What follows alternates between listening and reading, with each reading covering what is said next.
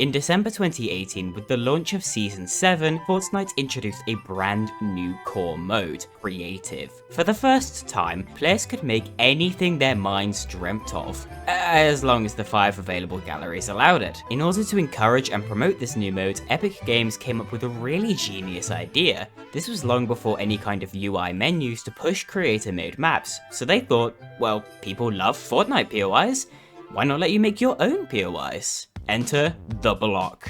A big slab of stone that would be host to player-made POIs, rotated weekly for the next 10 months. Epic were clearly very proud of this decision as they premiered a cinematic trailer for it at the Game Awards 2018. So, the block was added just one day after Season 7 began, squishing one of my favourite locations of all time, Risky Reels. It was a sad loss, but I suppose it's for the greater good of building up Fortnite's creative. Yay. The first ever block POI was Grimy Greens, an industrial area, the grimy, with lots of vegetation, the greens. I think this was a pretty good first choice. It displays the goal of the block pretty well, which was to create a small location that displayed creativity and complemented the BR map. The second ever block was DM Arena. This is the other main type of block, a huge monolithic structure made out of coloured tile pieces. This one was actually super fun though, with the natural bouncer placements making for a really unique hot drop. Mysterious Markets is another POI light. These were my favourite blocks personally. Sure, they weren't super flashy like some others, but they were much more enjoyable to drop at, and they didn't stick out like a sore thumb on the map.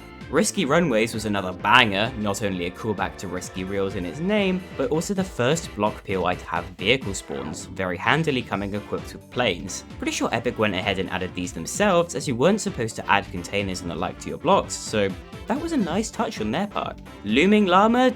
Dude, what the fuck is that? That creature could be many things, but it is certainly not a llama. Omega Pyramid was originally based around the Storm Shield from Save the World, and it has a really nice legacy. It was created by Directing Pete, who had gone to start a YouTube channel focused around creative mode, developing his own battle royale within it from November 2020 to August 2022, which featured the Omega Pyramid as a central point of interest and an important landmark to the storyline. In 2023, Pete formed his own creative team with branding themed around the old block, Omega Creations, which seems to be doing quite well for itself. It seems out of all the block winners, Pete was one that really took his success and ran with it, and I'm very happy for him. The Kalamaseum is one block that had particularly impressive architecture, such an intricately designed building that, ironically, is larger than the actual, quote, colossal Colosseum introduced in Chapter 2 Season 5. Lunar Street Festival was featured just in time for Lunar New Year 2019. Unlike 2018, which added limited time shrines that teased Lucky Landing and a bunch of outfits, there wasn't really a big Lunar New Year event in 2019 for Fortnite, so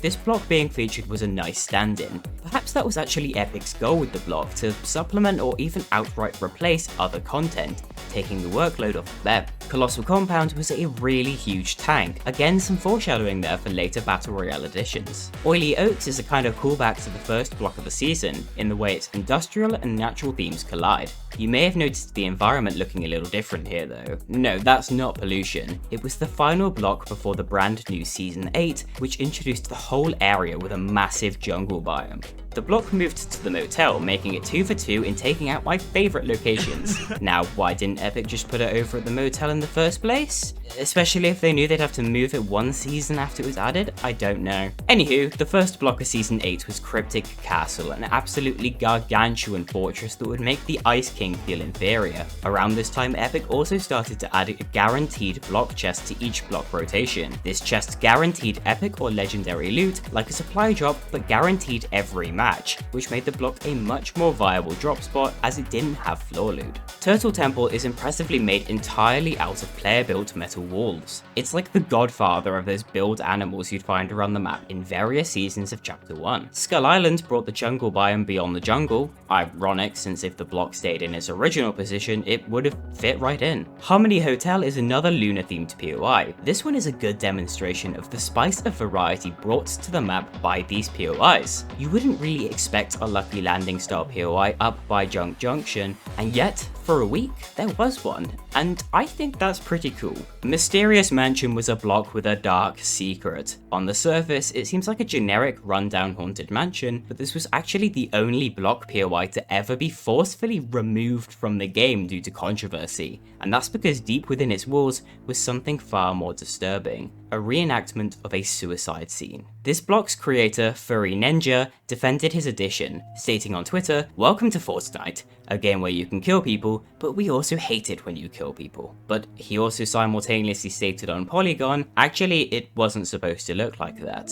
His story seemed to change pretty much every time he was asked about it. Anyway, Epic somehow didn't catch that one, but when they found out about it, they removed it very quickly. Now that's the complete story that most people know, but things get worse when you realize that Furry Ninja here, his online presence is Fury Leaks. He would go on to become a fan concept artist, and when his own concept outfit, Harmony Lee, was leaked from the game files in 2023, along with his own locker bundle, accusations surfaced of him grooming children online. And yeah, the evidence is pretty damning, and he admitted it.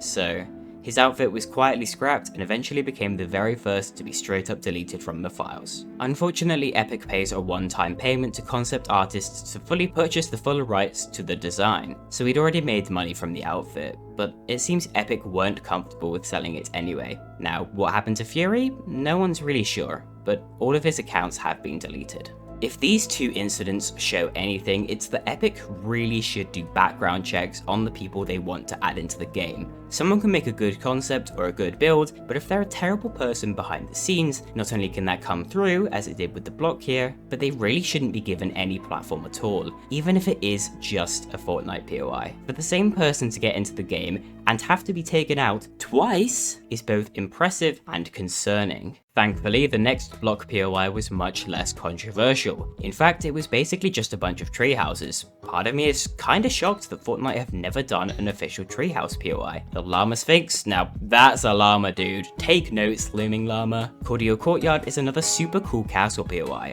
I'm a big fan of these. Tricky Tracks is somehow the only roller coaster in all of Chapter 1. It did seem like every season there a new fan concept or leak would come out with a theme park POI, but it wouldn't happen in reality until the Rave Cave and Baller Coaster were introduced in Chapter 3 Season 3, 3 years later. That's a lot of threes. Alien Sanctuary looks kinda strange, but this whole statue is made out of meteors, so it was incredible for strong materials. Next up is Macca's Modern Mansion. Now this is the other success story from the block.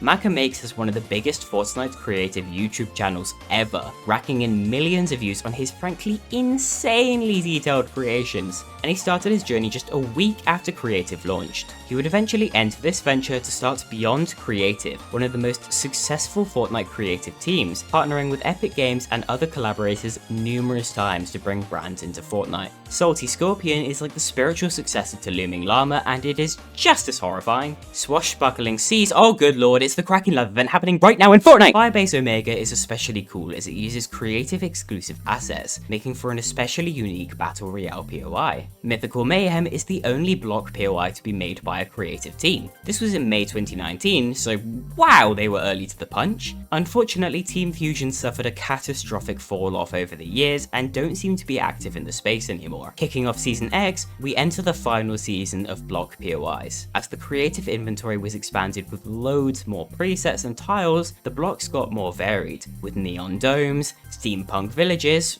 lots of steampunk actually, and giant factories. The final block POIs were a modern mansion, which is pretty impressive based on how limited that original gallery is, a Roman or Greek ruin, which again, very impressive, and finally, a Pandora-themed POI that was actually a rift zone. Now that's something different. The launch of Chapter 2 brought a new map, and unfortunately for budding creators, the block was nowhere to be seen. Personally though, I think it would have worked quite well right here, but hey, what do I know, right? The block was replaced by the Creative Hub with the start of Chapter 2. The hub would update every week or two with a new creator-made hub, and you could find featured maps there. The Creative Hub was really cool, and many great memories were made in these, just hanging out with friends or completing challenges set by the creators. But unfortunately, this is Fortnite, where creativity is prohibited, so it was vaulted in favor of this lovely blank room in 2023. Now, while the block did skip Chapter 2, it made its grand return in a new form in 2022 as the Block 2.0. In Chapter 3 Season 2, Tilted Towers was seriously damaged by the war between the IO and the Seven, so in the following summer season, Epic hosted an event where creators got to make new tilted buildings,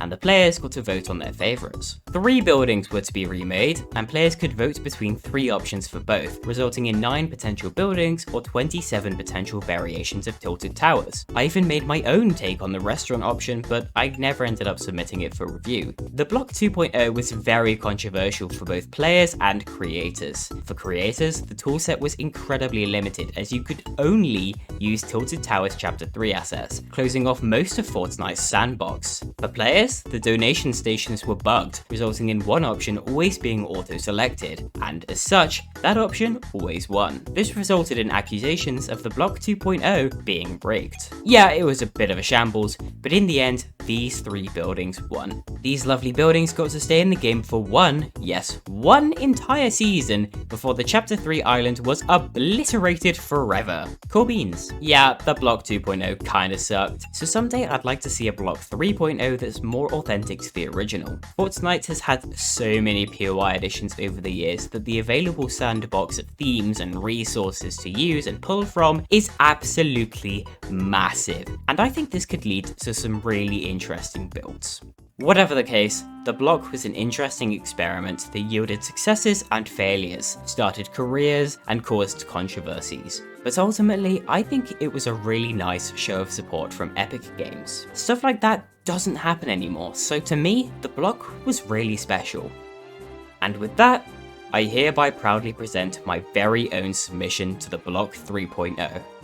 It's good, isn't it? Say yes, or I will find you.